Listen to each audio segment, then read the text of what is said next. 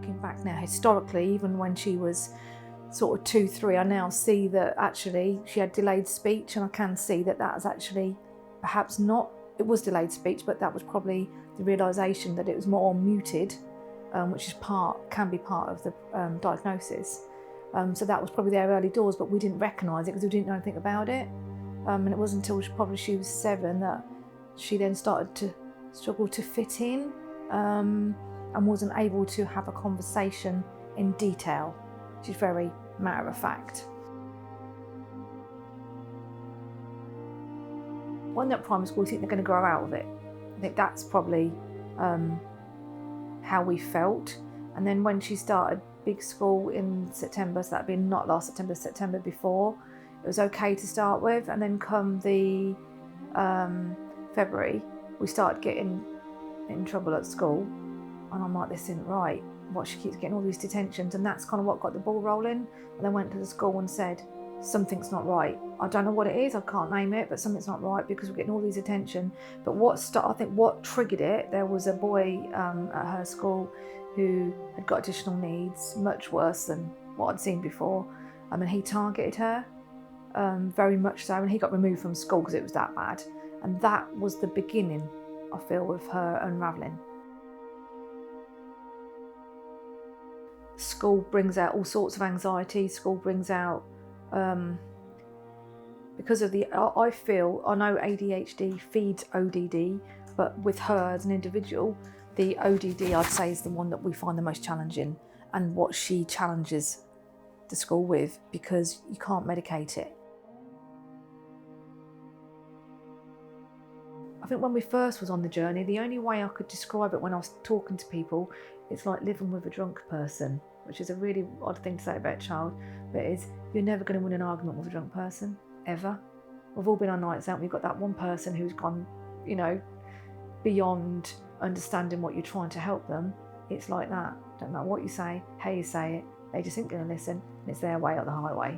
It's that, and that's what it's like living with that. It weren't right what was happening. Her behaviour was just off the scale, and we knew that for her to remain at school and for us to have a settled home life, we had to explore. We didn't want her to give her medicine. There's got to be some other way of helping. But we got to a point where there was desperation. Didn't know what, if it's a medication that's going to help her be more relaxed and cope better, well, let's do it. You go through a process of grief, because what you had, the person you had, you're never going to have again, because that person's gone. You've now got a variation of that person. And that is the hardest thing, I think, to deal with, is where do you let that go? Because that person's never going to come back again, because you're controlling that person with medication to make them be a better person of them. But with that comes a watered down version of them. Start of when she was diagnosed, it was quite a trauma.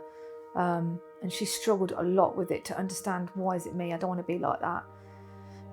So that took probably a good month to 6 weeks for her to feel settled that, this is who I am. There's nothing wrong with it. Actually, some people who've got it gone on to do brilliant things in the world. So it's just her accepting that.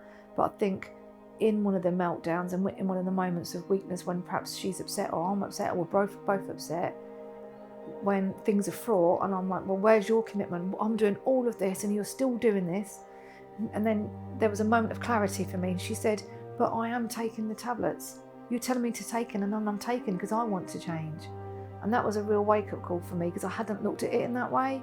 I hadn't accepted that actually she's right. She's taking all these tablets every day to try and bring her a better life. So it's she's doing her bit, but she can't always do it in the right way. And I think that's where the school struggles. And then when you give her a tablet, you think you're going to come home, yep, it's going to change. She's going to be really good at school, she's going to be an A-star student, life's going to be normal again. That's what you think. That is so not what happens. That's so not the truth. Couldn't be further from the truth, to be fair. Do we feel we're any better than we was 5 months ago? Some days not. We're not there yet.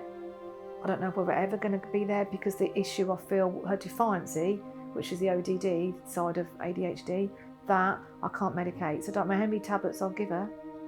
I can't stop that.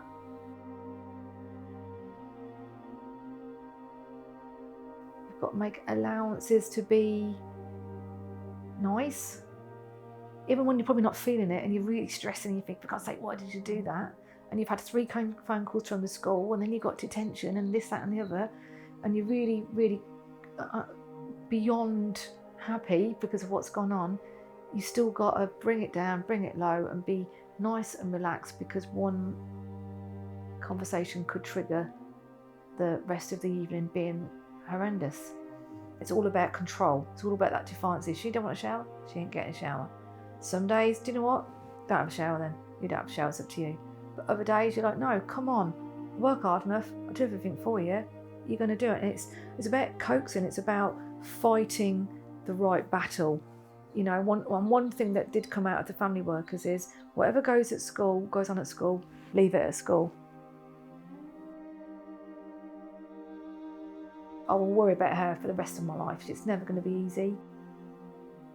But I feel that I need someone to talk to sometimes, someone to offload to, and that there isn't that. There is a support group apparently in the daytime. And I said perhaps what I need, because that's one thing when we last week when I spoke to the vice principal for the first time in more detail, he's got 20 years experience, and talking to him was like talking to my husband.